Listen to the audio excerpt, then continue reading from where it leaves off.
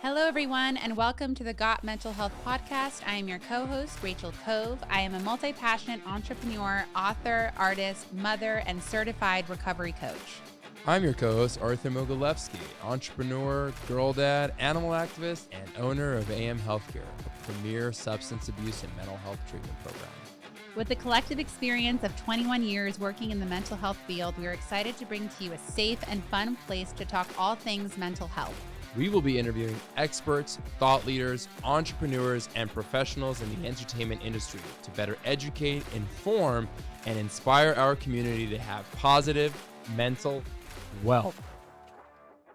Welcome back to the Got Mental Health Podcast. I am your host, Rachel Cove, and my wonderful co-host, Arthur Mogilevsky, is not here in the studio today. So I am doing this solo. And in the studio, we have Charles Tseng, managing partner of Genera Fund, where he's channeling his experience from building over a dozen startups into investing in early age AI tech. Charles and his team are set to shape the future with Genera funding the building of 18 groundbreaking AI and Web3-based startups. Join us as Charles shares not only his journey in mentoring future entrepreneurs, but also his insights into how AI will redefine our lives and the future of work. Welcome to the podcast, Charles. Hi. Hi. Great to meet you. Great to see you. So obviously, this is a subject that we are going to dive right into based on what is going on in the world. And I remember meeting you in the park, and our kids go to the same school. And I think you were talking to another parent about, I think it was about AI. And all of a sudden I realized how much of an expert you were in this subject. So I know this is a complex subject, and I know there's many layers to it. So I think it's going, and as much of an expert as you are, I want to talk about it and break it down to in the easiest way of understanding it. Okay, so let's just start off with this. What is AI? I think that term has been abused everywhere. Let's just take the two words it's composed of. It's artificial intelligence. All intelligence is making decisions based off of information. You wake up, do I eat eggs or toast, right? That's intelligence. Now, it's a neutral word in our world because you can make bad choices or you can make good choices. And then all artificial intelligence is a computer is making that decision and executing for you. So everyone's throwing around the term AI, and I think they're more picturing the Hollywood version of AI, which is these sentient robots that look like us and can do everything we do. Whereas AI in its current form, in its practical form, it's everywhere around us. We have AI everywhere making decisions for us. So Can I pause there? AI is everywhere making decisions for us. When I hear that, I feel scared. yeah. So what does that mean that AI is everywhere making decisions for us? So let's break it down to some simpler cases. Your thermostat. It used to be a very dumb thermostat. You push it, and there's a little spring, and then when the temperature hits a certain temperature, it turns on your air conditioner. And if it hits too far to the left, it turns on the heater. So now most people have a digital thermostat like a Nest. So now you can, on your phone, turn on your air conditioner heater. It's sitting in the background watching you turn. So every time you change the temperature, it goes, oh, every time around 9 o'clock, Rachel likes to leave the house. So I'm going to turn off the air conditioner. She gets back at 5. So at 5 o'clock, I'm going to turn it back on. Oh, it's getting a little bit too warm. So I'm going to increase the temperature a little bit more. And so that's an example of AI is just right now in our life. It used to be, we use technology. Now technology is our life. So you'd be surprised where it is. It's everywhere. For instance, when you drove here, you probably used GPS. I did. I used Apple. Yeah. Could you imagine your life 10, 15 years ago? Before that, you would actually have to look at it on a map and everything. So it's really you're becoming basically our term is cyborg. It sounds scary. Is technology is so integrated into your life that it's part of you. So I can't get anywhere now without GPS. Well, it's interesting that you say that because 2 weeks ago I was driving to an appointment in Glendale and I was coming from, I think I was actually coming from the podcast studio. I have not spent a lot of time in Glendale before, so I am very unfamiliar with the roads. I have no idea how to get there. As I'm driving over there, my Waze and my Apple Maps stops working, completely stops working. I tried 6 to 7 times and I'm freaking out as I'm driving over there. I'm putting the address in Waze, that's not working. Putting the address in Apple Maps, that's not working. And as I'm doing that, I thought to myself, holy shit, this is what life was like before navigation. Yeah. I have no idea how to get anywhere without navigation. And I think it's actually scary. It was like this wake-up call of how much I rely on technology without realizing the reliance upon technology. And that's, I think, what's changed just in the last decade. Or let's not even go back further than a decade ago. Today, if you were to, at home, turn off your water, your kids probably won't recognize. No one will notice it until they need to use the water. You turn off your internet, everyone's screaming. The kids are screaming. Everyone's like, I can't watch Netflix. I can't do anything. So just doing that little experiment at home, you realize how much technology is basically part of our life. We're in the cyborg age, which is technology is fully integrated into the human experience. Wow. I just have to sit for a second with that. Technology is now fully integrated into the human experience, and it's scary, it's exciting, it's overwhelming, it's stressful, it's a lot of things at one time to confront. And sometimes I feel angry at how much it's integrated into the human experience. Sometimes I really have no idea what to do with it. I mean, I have a love-hate relationship with YouTube, right? Because of my child's love for YouTube, right? We had to take it away because he was getting too addicted to it, honestly. But when, you said take that away from a child or take that away and you'll see how much you use it. When Hurricane Hillary came along, that was the first thing my son said. When the power went out in our building, my son said, well, wait a minute, we're not going to be able to watch the iPad, right? It wasn't like, well, we're not going to have lights. It was like, no, we're not going to have an iPad. Yeah. I mean, and so I think about just how much has changed in the last 10 years. So I kind of want to go backwards a little bit regarding how much has changed and looking at the history of AI. Because when you said that we've been introduced to this robotic visual experience of AI, I immediately was taken back to the Terminator, right? Mm-hmm. Like that to me is what I think our future would look like if AI takes over the world. So like we're going to put that in one container, but when did AI start? Like when was the first thought around AI? That's an interesting story because I'm one of the few who is a second generation AI engineer, which is weird because could you imagine an industry so new that you were there when it was invented? Like a plumber can't say I was there when the first indoor plumbing was installed. That was thousands of years ago. Or doctors saying I used medicine before medicine was invented. But computers, when I was born around 1977, that's when the first PC came out. Before that, my dad was in China and they were going through this great famine. It was one of a highly impoverished country. And he took an IQ test and the US flew him over to the US with a visa. And what they had him do was there were some mathematicians, statisticians who wrote a paper in the 60s that said, if you were to take computers and take an algorithm and use statistics to solve problems, you might be able to solve a lot of very, very dynamic, wicked problems. So let me talk a little bit about that. So computer science, computers in general, All they do are they follow instructions. They're very good at math and dealing with data and numbers.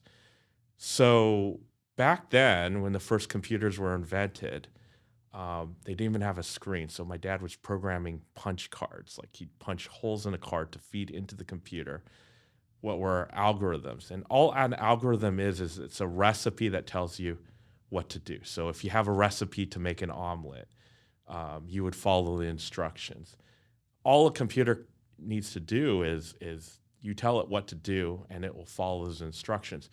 Now, what made computers so powerful back then was around the time when I was born, they were about 1 million instructions a second. So it sounds like a lot, right? A million instructions. So an instruction would be 1 + 1 = 2. That would be 2 instructions, right? So technically, a computer counts a million in a second. So by the time I was around 6 or 8, my dad started teaching me code, and he gave me one of his leftover computers. And back then, it was about $5,000 for a computer, which back then in the 80s, that's about the cost of a car. So I wasn't allowed to touch it until he got a second one. And one day, for my 6th or 7th birthday, he dropped it in my room and said, "You could play with this." And I was like, wow, this is almost 4 million instructions a second. And now we're about 1983, right? Today, your iPhone that you have in your pocket is about 17 trillion instructions a second. So that computer I thought like came from like aliens that could count to 4 million in a second, now can count to 17 trillions in 1 second. So give you perspective, it'd take you about a couple weeks to count to a million. It would probably take you about, I did the math, about 40,000, 50,000 years to count to a trillion. So back then, I mean, the computers my dad were using were relatively fast, but incredibly slow today. And the problem that the government had him solve was how to guide nuclear submarines underwater, and how, when they shoot their missiles out, how to guide the nuclear warhead to its target. And that was during the Cold War. And all that was the missile or the water, the submarine underwater. There's just so much noise of turbulence and waves and the missile traveling in the sky that it had to keep track of where it was. And so the way they did it is they took this noise and they said, how do we filter out that noise? And that's kind of what machine learning and AI is it's looking at something and it's trying to figure it out using a lot of math and statistics. And it's keeping track. So if the missile moves to the left a little bit, it keeps track of that mathematically and says, okay, I need to move the missile a little bit to the right to keep it on target. So that to me was when AI first started, was the ability to solve these really complicated problems using a computer and a lot of statistics. Now, fast forward to today, why is this the same AI that's happening? All AI today is looking at all the data and saying, what is the statistically most probable thing that this person is going to do? So the example is ChatGPT. They put in there trillions and trillions of text of data.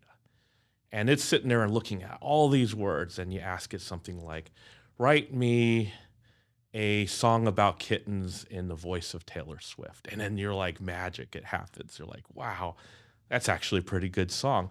All it's doing is it's taking a look at all of Taylor Swift's songs and everything she's ever written about anything. And it's looking at everything ever written about kittens and go, well, statistically, if I see the word kitten, they're going to purr, or they're going to, crawl, or they're going to scratch you or whatever. It's finding all the weird possibilities. It's an unfathomable amount of data. And then it's going, well, Taylor Swift has 2 kittens. I think she named them after like Grey's Anatomy. So let's throw in that information. And then it takes the grammatical structure of how she writes the song, puts it all together. And when you look at the end result, you're like, wow, that's magic. And really, to the computer, it knows nothing about what's going on. All it knows is that if I put these words based off of what you told me, statistically, I'm most likely to get there. No different than the missile. Statistically, this type of wind or this type of uh, noise means that the missile went a little bit to the left, so I now need to pull it to the right. And that's in a nutshell what AI as we know it is. It's this combination of recipes and statistical probability. And it looks like magic because it's like going to a casino. If you know statistically what card is going to show up, you're going to look like a genius. So what is the difference between someone going on Google and typing in, well, I guess there is a difference. I'm answering my own question right now, because if I were to type into Google, what is Taylor Swift's kittens' names? Yeah. Right? It would come up with the kittens' names, right? Mm-hmm. But I can't tell Google to write something for me. Right. So this is something that's being created for me based on the instructions that I'm giving it. Yeah. So that's what I think the big shift that happened literally in that last few years. I mean, this is happening so fast, was what people here is called generative AI. And all generative AI is, rather than the computer developing insights and making decisions in the background, it's actually producing an output that you can judge whether it's human-like or not. So you can create generative AI that mimics a snake and a little robot that crawls around on this, like on the floor like a snake, and you're like, it's creepy, but I'm not going to pay that much attention. But if all of a sudden I program something that looks and talks like human and does something a human can do, you instantly have this emotional reaction. Okay, so let's go back a little bit around neuroscience, right? Mm-hmm. What makes us human, right? So because I feel like if this becomes like the Terminator, yeah, they can mimic humans, right? So let's look at what makes a human being a human being. Mm-hmm. And that's what's interesting. Is part of my background is a lot of neuroscience. A lot of people don't realize that all AI and machine learning right now is all inspired by neuroscience. We're trying to mimic how a human brain works. So we actually have to understand how the human brain works so we can teach a computer how to act like humans. I know that sounds a little scary, but that's actually what we are doing. So, a long time ago, before the 60s, they cut open the brain, and neuroscience is just understanding how the human brain works, and computer science is understanding how computers work. And if you combine the two, you can kind of make computers do very human-like things.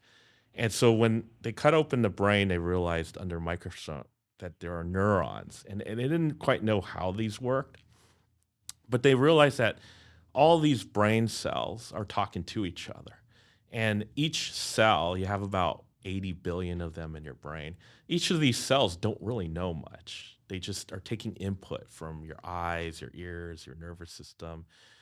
And what they said is like, what happens if we wrote some code, a recipe that mimics what one neuron does, and then mimic it passing the data to the second neuron so the second neuron knows what to do. And so that's really back in the 60s and 70s. That theory came out. I wrote one like in the 90s. It was horribly ineffective and not intelligent, but because computers were so slow back then. And so why is it all of a sudden now making a huge comeback? Well, what's making a huge comeback is now what your pocket now has 17 trillion instructions.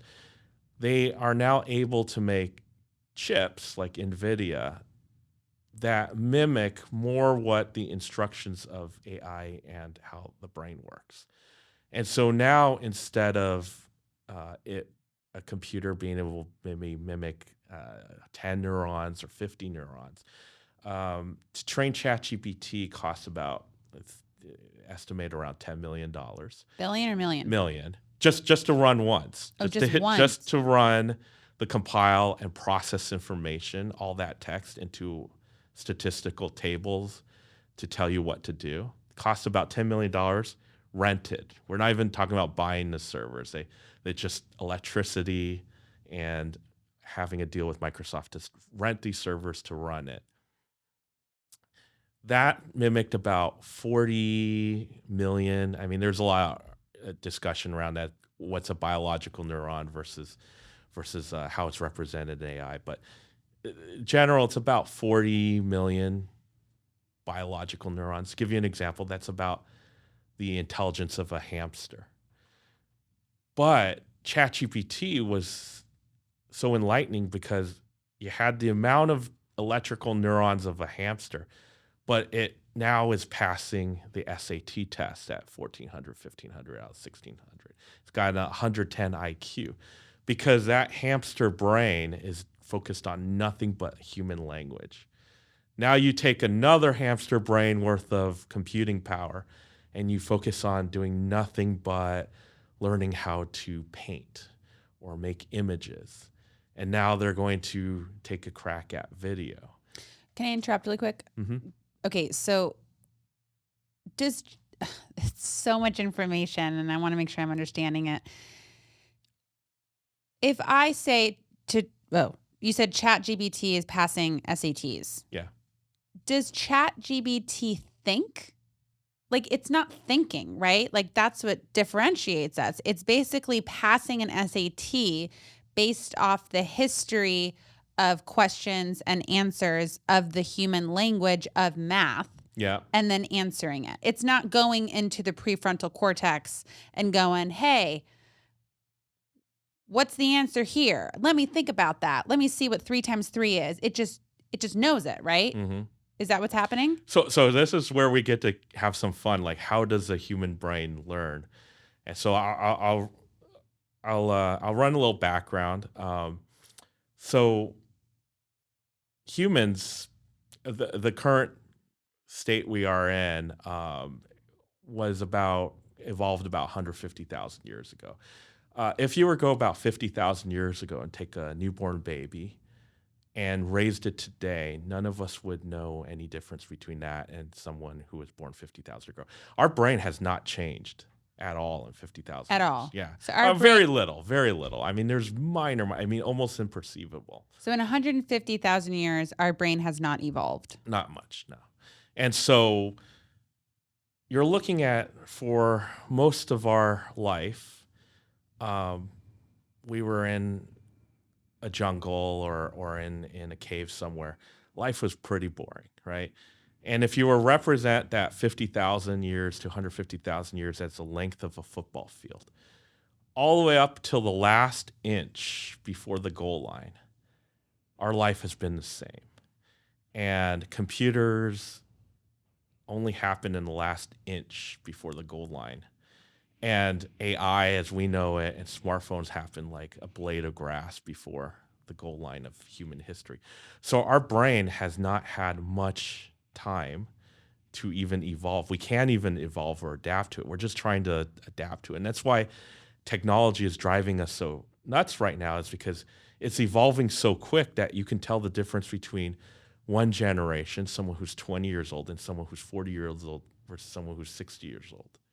Now, we are like survival of the fittest, Yeah. right? Like, we have to figure out a way to survive with this because it's not going anywhere, right? And so, like, if this is happening right now where we're now in an integrated world with technology, is our brain adapting to the technology, or is you just said this is why we're all going nuts?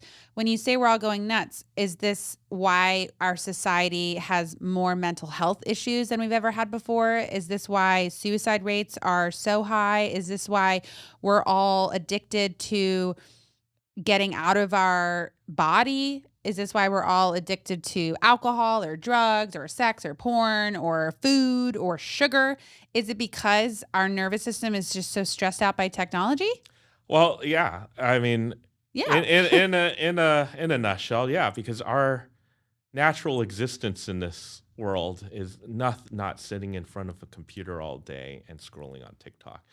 Wow. I mean, so what is our natural state as a human being? Like, what are we supposed to be doing as a human being? Not so if we're not looking at a screen, what are we supposed to be doing as a human being? Well, so the things that motivate us, purpose and doing. Let's go back to about 50,000 years. What was the purpose of life? When you're born, you have to survive. So most of it is surviving, and then learning as much as possible from your elders and your parents on how to survive. And so if you watch how the brain evolves, it goes through these phases that more match with how life was 50, 100,000 years ago. So the first 5 years, the brain is just completely neuroplasticity, its ability to learn things. It's off the charts. It can learn new languages. It can learn because it's the human was built to be born. It could be born all of a sudden in the desert or in Antarctica. From that moment when it hits life, it has to learn how to adapt and survive. So as we've studied the human brain, we realize that the first 5 years are critically important to brain development. Then 5 to 8 is when it starts to solidify. But how children view risk is very different from 25. So you talked about the prefrontal cortex. The prefrontal cortex, the part that's logic and reason, doesn't fully develop until 25. So up until 25, a child's job is to take risk and do things that the parents are not willing, because maybe if they hiked 100 miles up that hill, they'll find more food. And then the parents past 25, 26 are really just crystallizing information, making sure that they have a home base that's safe for the child so that if they go 100 miles out and it's not safe, they can come back and regroup. It was very simple. Yeah, very simple. I mean, so maybe you might get attacked by saber-toothed tiger once or twice in a year. Maybe you'll go hunting every week or so.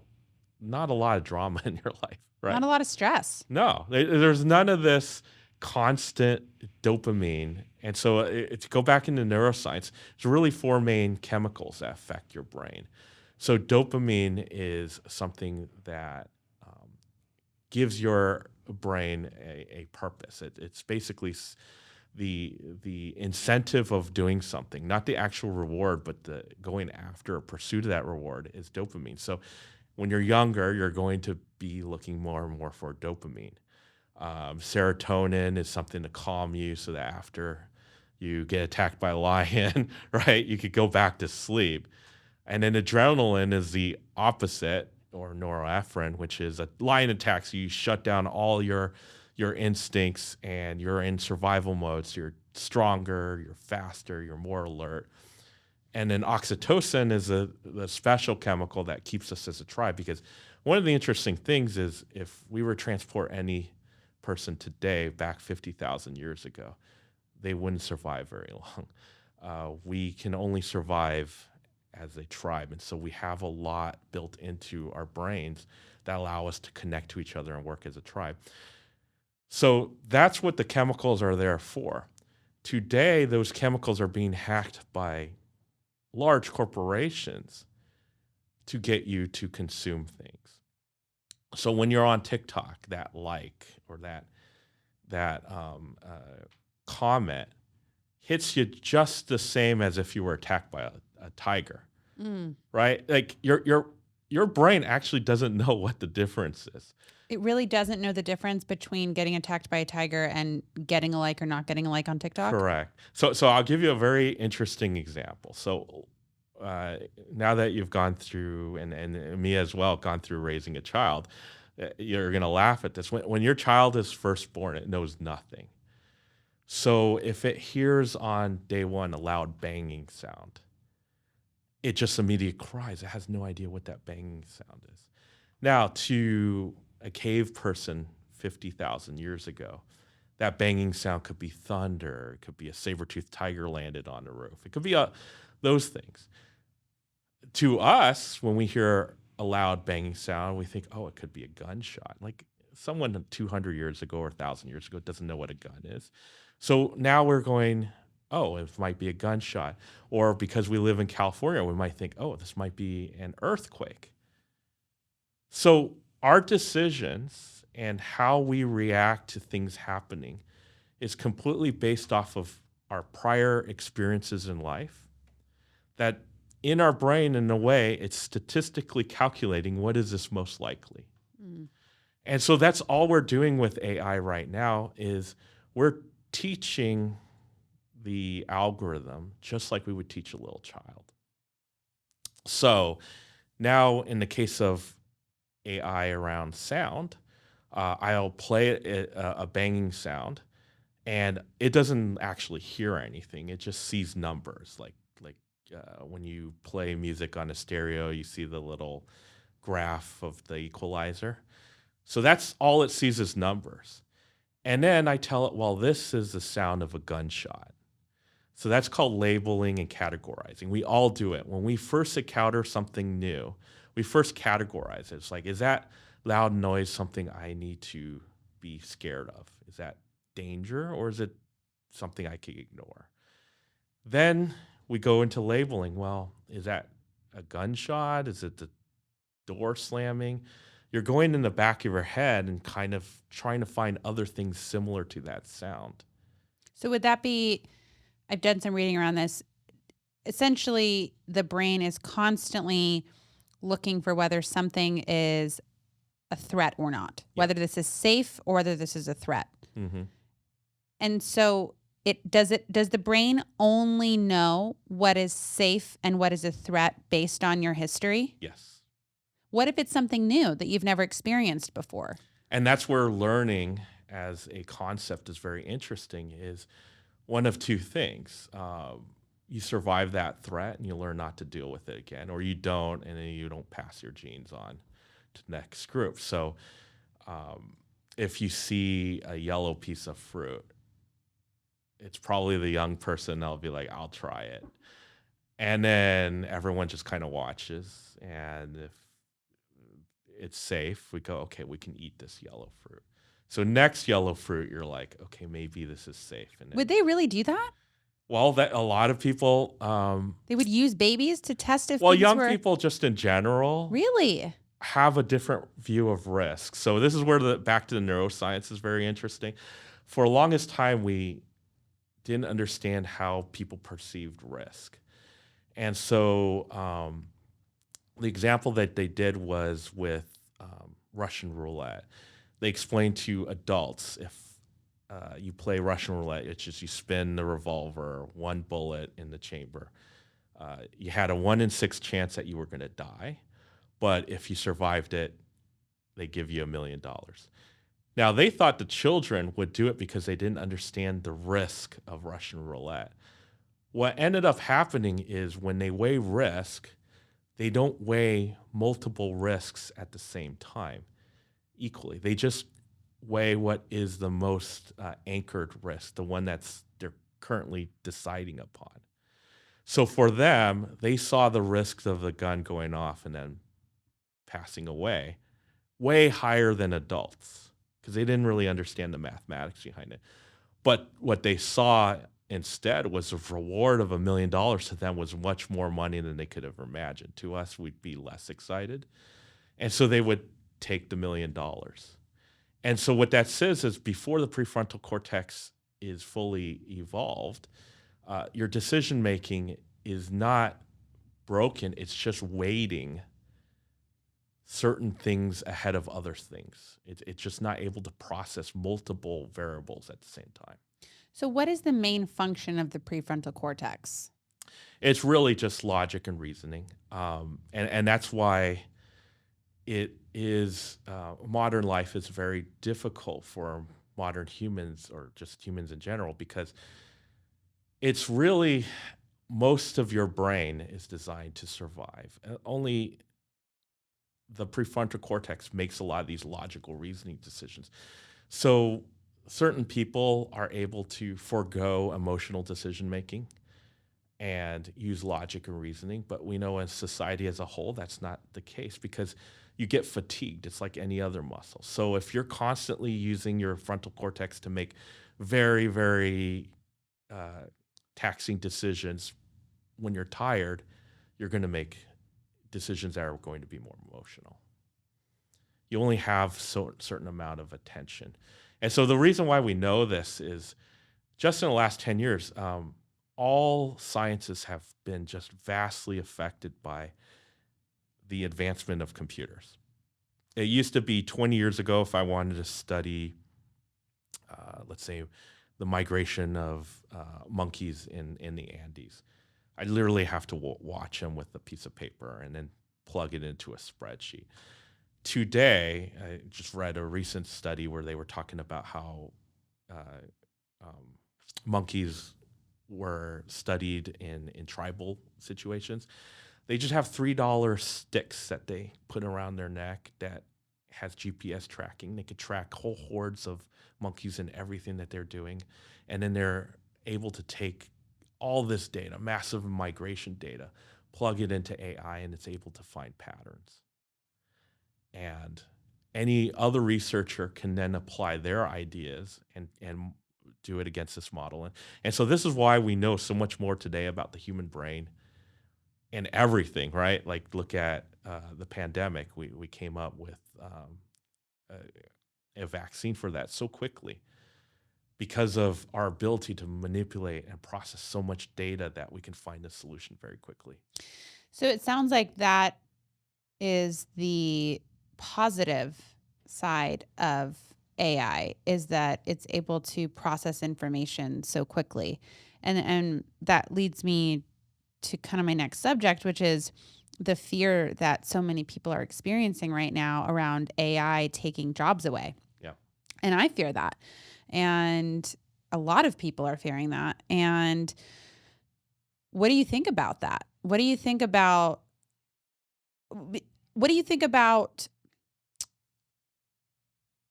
a computer essentially eradicating the need for a human's brain?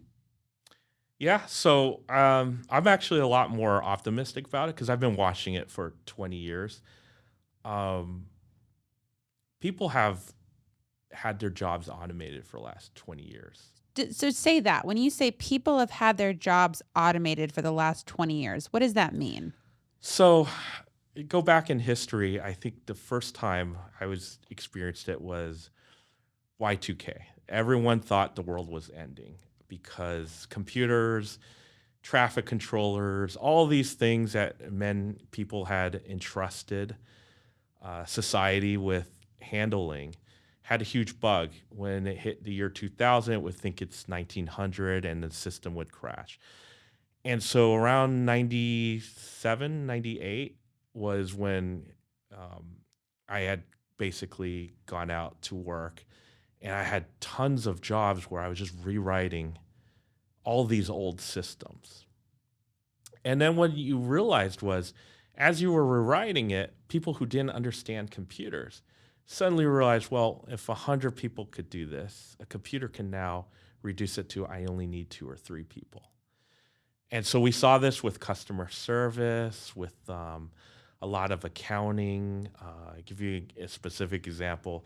There was one company that they had 100 people that sat in a room with tons of paper trying to figure out how to allocate inventory for the year. And we took a look at what they were doing and looked at the system that they did. And we're like, the computer can do all this for you. And they're like, okay, let's do it. And then we released the software. And next thing you know, I went to visit the office and about 80 people were gone. But they found jobs later on. But what it does is when I see automation kind of come in waves, the first thing that happens is this fear of technology is going to take away our jobs.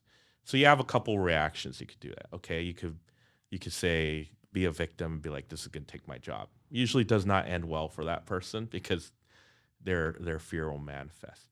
The other group kind of has to adapt and learn a new skill set or how to use computers. And then the third will actually do something more entrepreneurial. Say, wait, I now have an opportunity to disrupt my work using technology because I'm at the same, the larger companies are just as fearful of technology as any human because they can be disrupted so easily. Why you're seeing like Netflix and Disney more worried about AI than they lead on to be because they're not certain what the future for them is because the companies that are inventing AI are 100 times their size. Whoa.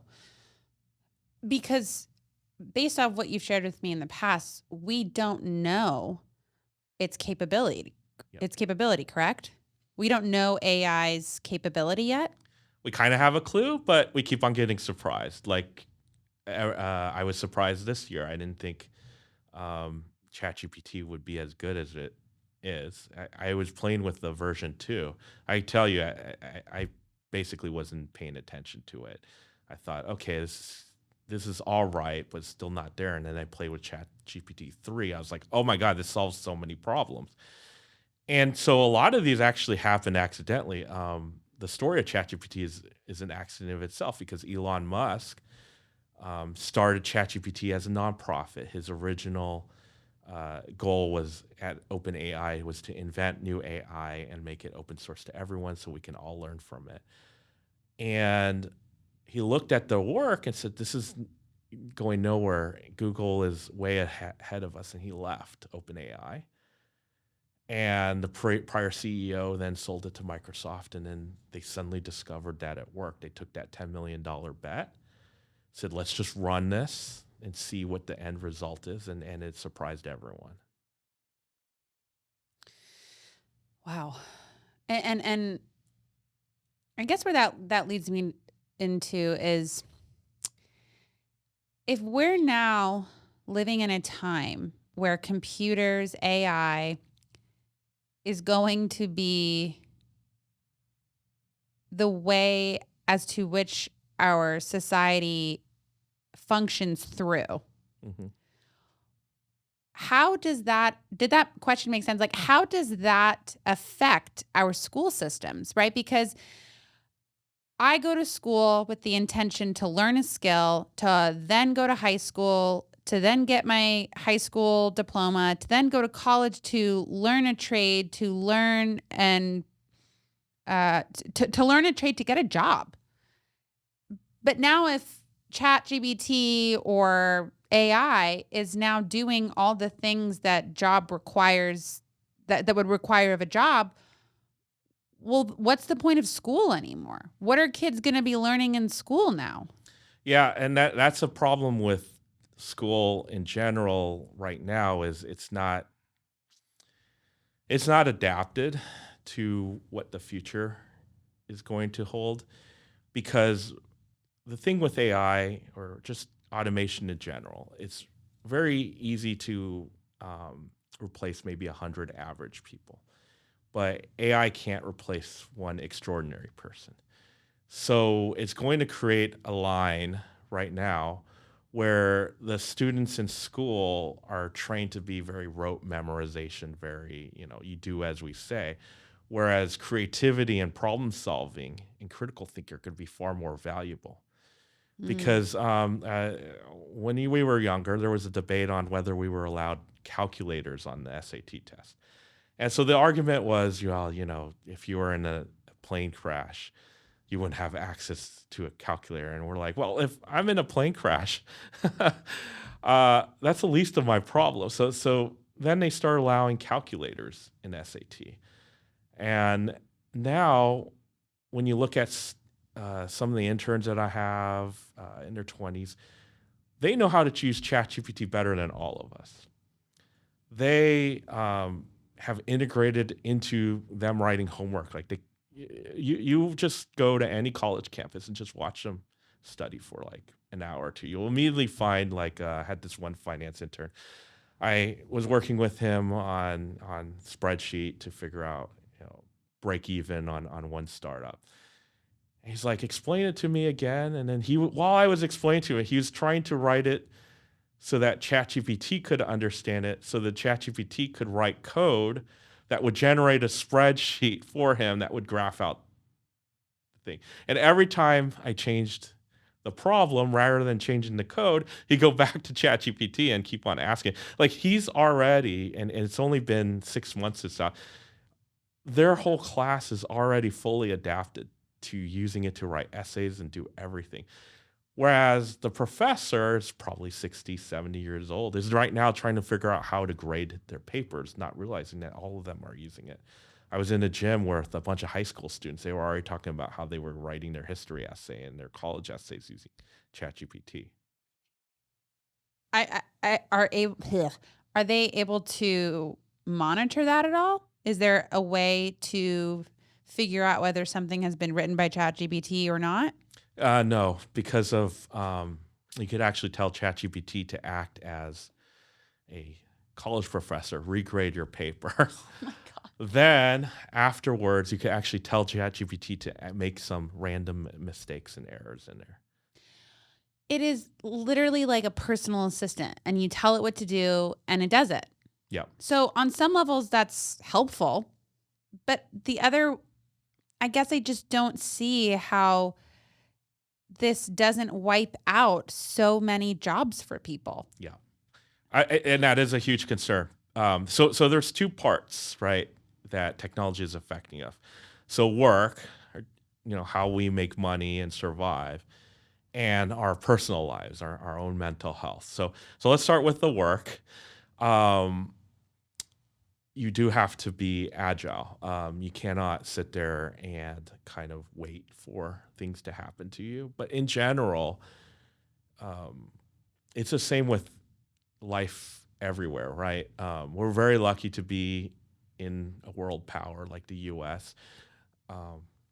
Stuff like this happens all the time where people's lives are completely disrupted and they have to figure out again how to get their lives back on track. Like Ukraine right now, they got to figure out what does life look after war. They're victims. They didn't ask for the war, but they got to figure out how to move on. So in a way, that's, I guess, what this conversation is how do you move on? Like, what do you need to do when the automation comes? First thing is clear is most of these industries that are being impacted have probably about 3 to 5 years of knowing that is happening. It's going to take 3 to 5 years for Apple, Google, Facebook, or Meta, all those companies to start figuring out how to apply this technology. Right now, we've kind of invented it, and we don't quite know. For instance, Hollywood right now is still trying to figure it out.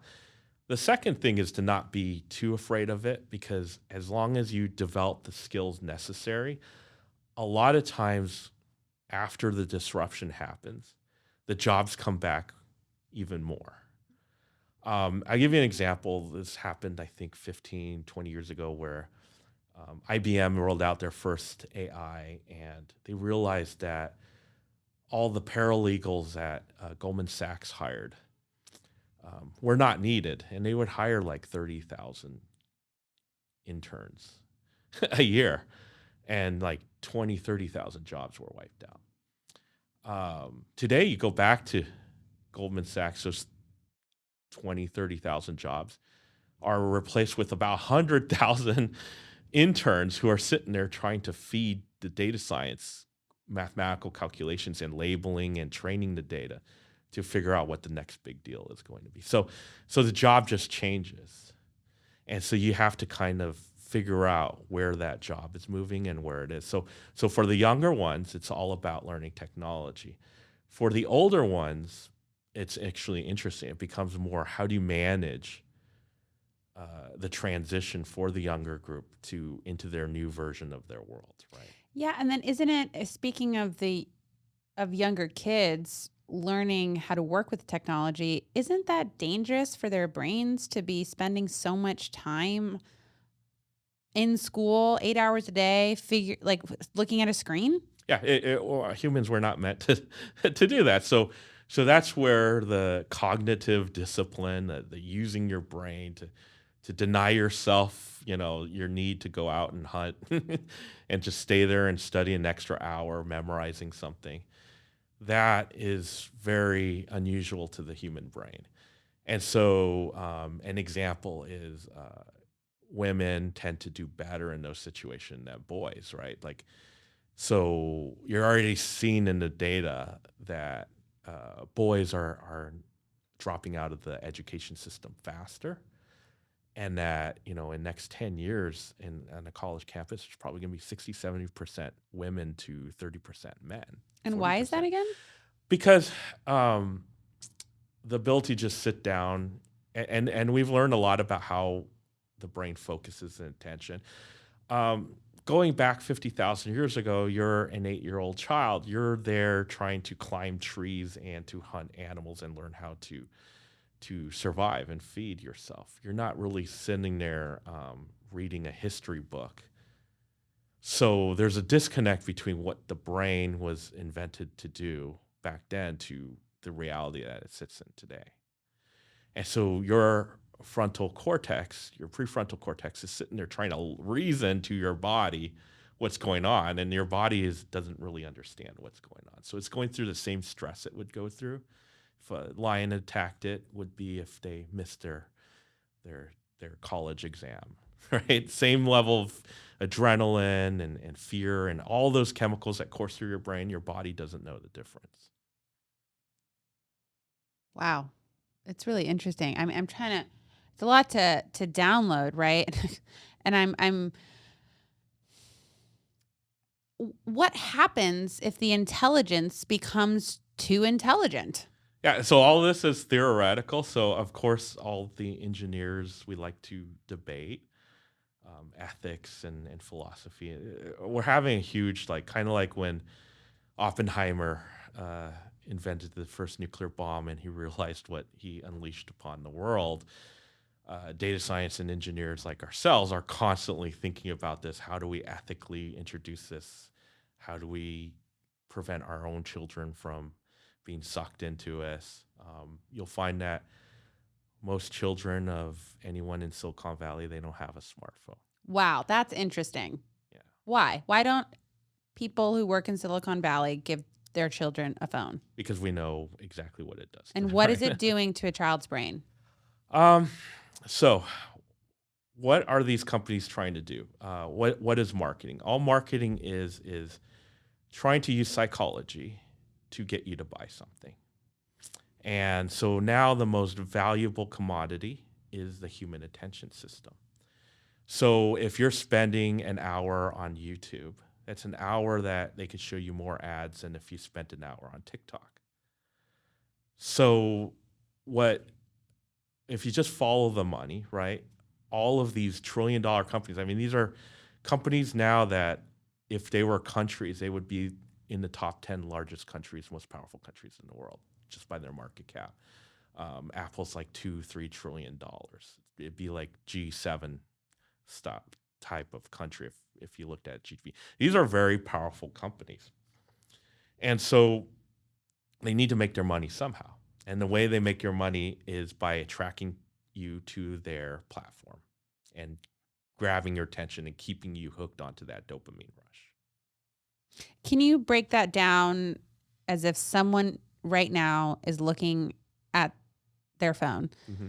They open up TikTok. What's going on in the brain?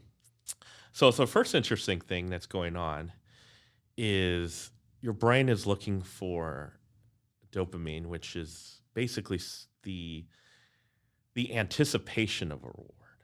So a lot of people think it's a reward that triggers dopamine. It's the anticipation. So you load the first video and you go, is this going to make me laugh? Or is it going to make me cry? And then you post something and someone likes it. So you get this tribal validation.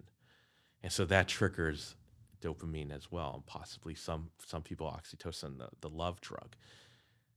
Now, the human brain was, back then, we maybe had 12 people in our tribe, tops 100 people. A teenage girl is not designed to have 1 million friends. So they're getting this constant stream of dopamine rush. And it becomes an addiction. And so now, if you take away that TikTok from them, they're going to go through withdrawal just like a drug. What happens if you have too much dopamine released in the Well, we're brain? finding it right now, which is across society in general. You get much more. I mean, you could even right now the data is still happening, right? Because we're only talking about the smartphone has really been popular only 10 years. That's not a long time, and it really got accelerated in the pandemic. So the numbers that we're seeing are like society-wise, we're starting to see impacts, but what you're seeing, which is depression, suicide rate. Um, uh, Basically people's attention systems are slowly eroding. And what they're finding is it's not that their attention system is getting worse, it's their ability to control their attention system. That muscle is gone. Mm. So everyone says, oh, kids today, their brains work differently, they don't have the same attention. Going back, our brain hasn't changed in 50,000 years. What the neuroscientists have found is your attention can only last about 7 seconds. That's the most your brain can actually hold attention to anyone. They've even take Buddhist Tibetan monks who meditate, and they even say after about 7 seconds, they'll be distracted by their heartbeat or breathing. They just have the ability to adapt to it. But I feel like you're sitting here. I've been paying attention to you for an hour. Yeah. It's longer than 7 seconds. Yeah. So what's happening is every 7 seconds, you're coming back into it. Oh. Now you go back to TikTok. Why is the average TikTok video about 15 seconds? It's because your first 7 seconds, your attention's getting in. It just needs to roll over to your second attention cycle. So now it's got you hooked. And now it's feeding you. So when you watch kids or anyone on TikTok, they go into a trance, or you've experienced it yourself. You literally, next thing you know, an hour has gone by. You're like, I don't know. I don't remember what I watched, but it sure had my attention. And so that's why TikTok is optimized for the human attention system. It's about 15 to 7 seconds, 7 to 15 seconds. And can you explain how TikTok is different here in the United States than it is in China? Yeah, so that's an interesting thing because when TikTok before was called Musically, it was popular in Asia. Then the neuroscientists took a look at the data and said, wow, this is really affecting the mental health of the children. And so the government stepped in, intervened, and said, okay, then from now on, this version of the app will only have educational materials.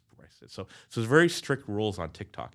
If you're under the age of 18, it automatically shuts off after an hour. So it's also feeding you education material and propaganda, because they also found out that you could train people to believe what you want through the propaganda in social media. We've obviously experienced that ourselves here in this country, that social media can slowly introduce a bias to your brain that you'll hallucinate, believe that's true. So TikTok in China is mostly either propaganda or education material, and it shuts itself off after an hour or two. And they even do that with games in China. You can't play more than 2 hours. Now, when they released it in the US, it suddenly blew up. Everyone loved it. And they took away all of those restraints. Why? Because they don't really care what happens to our society. As a matter of fact, the more zombies they turn our children into, the less competition those children have against the actual Chinese students who are actually studying in school and competing in the global market. That's the calculus from China's side, right? Like, it's up to you guys to control your children. If you can't control your children, so be it. Wow. Wow. So it's so much information, and it's interesting information, and I feel like we're at this point in our lives where we are truly in the middle of like the next evolution. I feel like we are evolving and we're creating something that could be smarter than humans eventually, correct? Yeah, eventually. I mean, we're still far away. How Right far? now, well, every time I make a prediction, I'm off. I actually thought like something like ChatGPT was about 5 years away. I was waiting for like some new technology around quantum computer before I thought it would be this good. Didn't realize that having millions of dollars of servers and pumping it with trillions of websites would get it to this level of intelligence. But what we're currently, the state we're at is, think about the five senses. So I think this is what is freaking out a lot of people is before most of the data science was in the background. You couldn't actually see the results. So one of the main reasons why AI is so powerful is it's extremely good at what's called workflow. Workflow is any time I give someone else work. So pass the salt, that's considered workflow. You can say pass the salt and I pass you the salt. Well, computers are really good at managing workflow so that someone can live in LA and pass the work off to someone in China and India.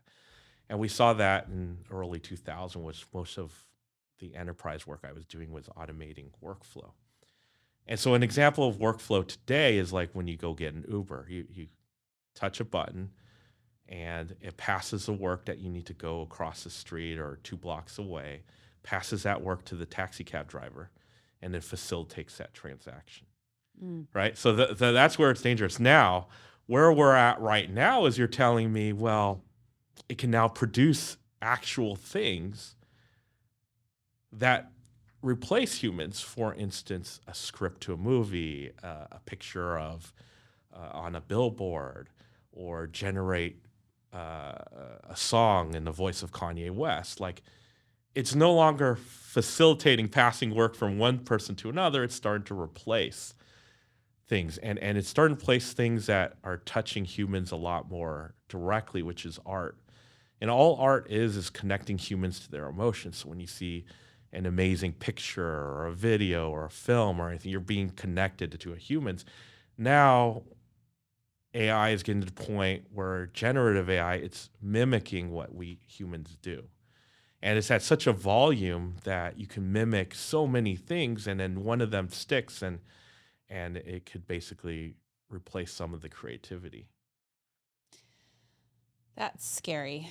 Yeah, even creativity, we're starting to like understand it a little bit more. When you turn up, there's like a flag, I forgot what it's called, but it's supposed to increase the creativity of ChatGPT.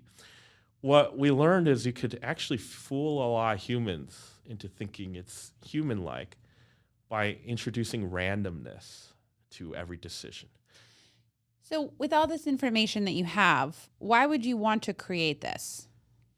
Well, that's a good question. I'll take a more patriotic version of it because I've grown up in the U.S. My dad came here to program to basically save the world from communism. I mean, that was in his head. He knew that his code that he was writing is part of the potential destruction of the world, right? He joked like, if my code ever ran, it means sorry, son, the world's ended, right? Because that's what his call to action was. For me, I deal with a lot of engineers all around the world and entrepreneurs all around the world. One of the most interesting things is when I meet a programmer, they all speak English. It's because we in our country invented programming and computers and the internet. And so because of that, every other country kind of has to learn from us how to build software, how to do everything. When ChatGPT came out and a lot of the generative AI like Midjourney and stuff, China was outspending us 10-1 on AI. And the fact that we figured it out here means that the people who control this technology is us. Now, could you imagine if Russia invented it or China invented it? They might use it for other means. And we know they use it for other means. So China primarily uses their AI to control their population and monitor them. Russia would use it to subvert other countries. So imagine if in an alternate world, it was a bad actor that invented this technology. It could be used for something worse. There's that one of my favorite shows is The Man in the High Castle. It's basically about it reimagines how society looks if Germany had invented the nuke before we did. And then the Germans took over the world. And so the US, we were all enslaved by the Nazis and the Japanese. And life is dismal in that alternate world. It's the same thing here is this progress will happen. It's now a race between what I call the good guys versus the bad guys, right? Why I train a lot of young people and entrepreneurs who are not your typical Silicon Valley, because we have no idea who's going to figure out what the next great application for AI is going to be. And whoever that person is, their ethics and their philosophy will be embedded in the creation of that. And we already saw that. Google and Facebook, when Facebook was invented, Zuckerberg was just trying to get a girlfriend, right? So he wasn't thinking about, 20 years from now, 10 years from now, I'm going to own all the information in the world, and I'm going to be basically more powerful than the president or the pope in shaping world views. He wasn't thinking that. He was 20-year-old in college. And so those models that they did to monetize advertising, all that, made sense at the time. But now that we understand the harms of social media, the next iteration of it, we got to kind of think about how to ethically do it in such a way that we don't bring down end of society, right? Yeah, I think so. And how does he own all of our information? How does Facebook own all of our information? So Facebook and Google and it just look at how you use your phone, and you realize there's only about 5 companies that own all your data. And so every time you click a like or you type something, it's stored everything you've done on the internet. And so all that data can be used to train AI to figure out how to sell you more product. So this is what makes the current model of advertisement a little bit dangerous,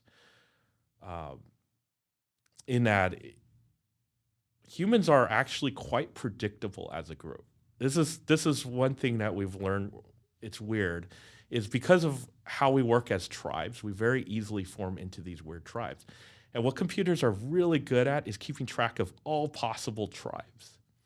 So when you're on Netflix and you watch a horror film and then you watch another kid's film or whatever, it's comparing you to all the millions of other people that watch the same videos. And prior AI that Netflix understood was recommendation engines, which is, I'm going to recommend you the next film and the next film. And they could say, well, we have 1 million people who love home cooking shows, and we have 1 million people in China who love this show. If we combine the two, what does that look like? And they could play out all these data scenarios. So the same thing happens when you're on the internet. When you're searching and you search for something like kittens, you love kittens. Okay, it puts you in a bucket of all people who like kittens. And then it says, well, I'm also vegan. And it puts you in the same bucket of all people who like kittens who are vegan. And then you say, well, I really hate the Chicago Bulls for some reason. And then it throws you into that weird bucket. And then you says, well, but I really like chocolate ice cream. Now, for some reason in that group, the data science can figure out all the statistics. Says, well, there's for some reason 10 million people in the same bucket. And for some reason, they also love Bud Light, right? And so what we're going to do is we're going to tell the company, Bud Light, hey, we got 10 million people that will show your commercial on. They're all vegans who love kittens, who hate Chicago Bulls, and for some reason love chocolate ice cream but hate pistachio. For some reason, those people are buying your beer. I don't know why. And so that's currently what's going on. And so what's happening is there's a digital twin, a metaverse in the data that they could play all types of scenarios in. And now with generative AI, they can now go, well, what's a commercial that I could produce that all people who love kittens and are vegan and hate Chicago Bulls and love chocolate ice cream but not pistachio, write something that hits all of that. Wow. And so we've been doing it brilliant. we've been doing this for like decades now. Like Every time, and there's ways to trick humans to get this information. So if you've ever gone on Facebook and it does all those funny quizzes like which Kardashian are you most like, or if you were which job are you most best at, and you fill out those questionnaires, what it's really doing is asking you psychology questions and figuring out your base psychological profile. And so now I could come back and go and target those people all over again. So they're using psychology to trigger human beings to buy and consume things. Yeah. So they're manipulating us. Yeah, it's been like that since beginning of advertisement in I'm trying to remember his name, the nephew of Freud. Was the one that invented a lot of those commercials like Coca-Cola / all the stuff you see on the show Mad Men.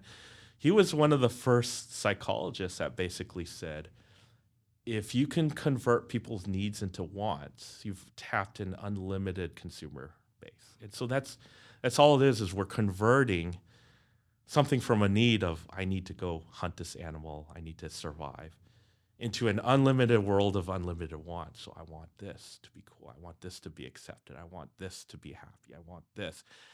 And it's an unlimited dopamine satiation cycle that you could tap into over and over again. Maybe I'm laughing because I'm anxious and I'm nervous about the future. I don't know. It's just so calculative.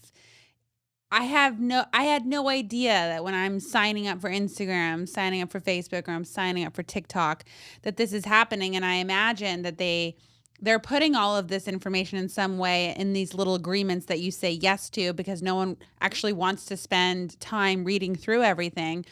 So it's intense. It's intense to think that this is all happening. I mean, if we were to kind of end this on a positive note, how do you think right now we as human beings can acclimate to what's going on? How can we adapt and acclimate to our modern day society where technology is the future? Yeah.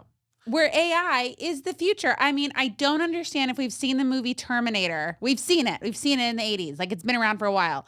How we are still allowing it to happen. So how can we adapt and evolve productively, constructively, in ways that could benefit us and our mental health? Mm-hmm.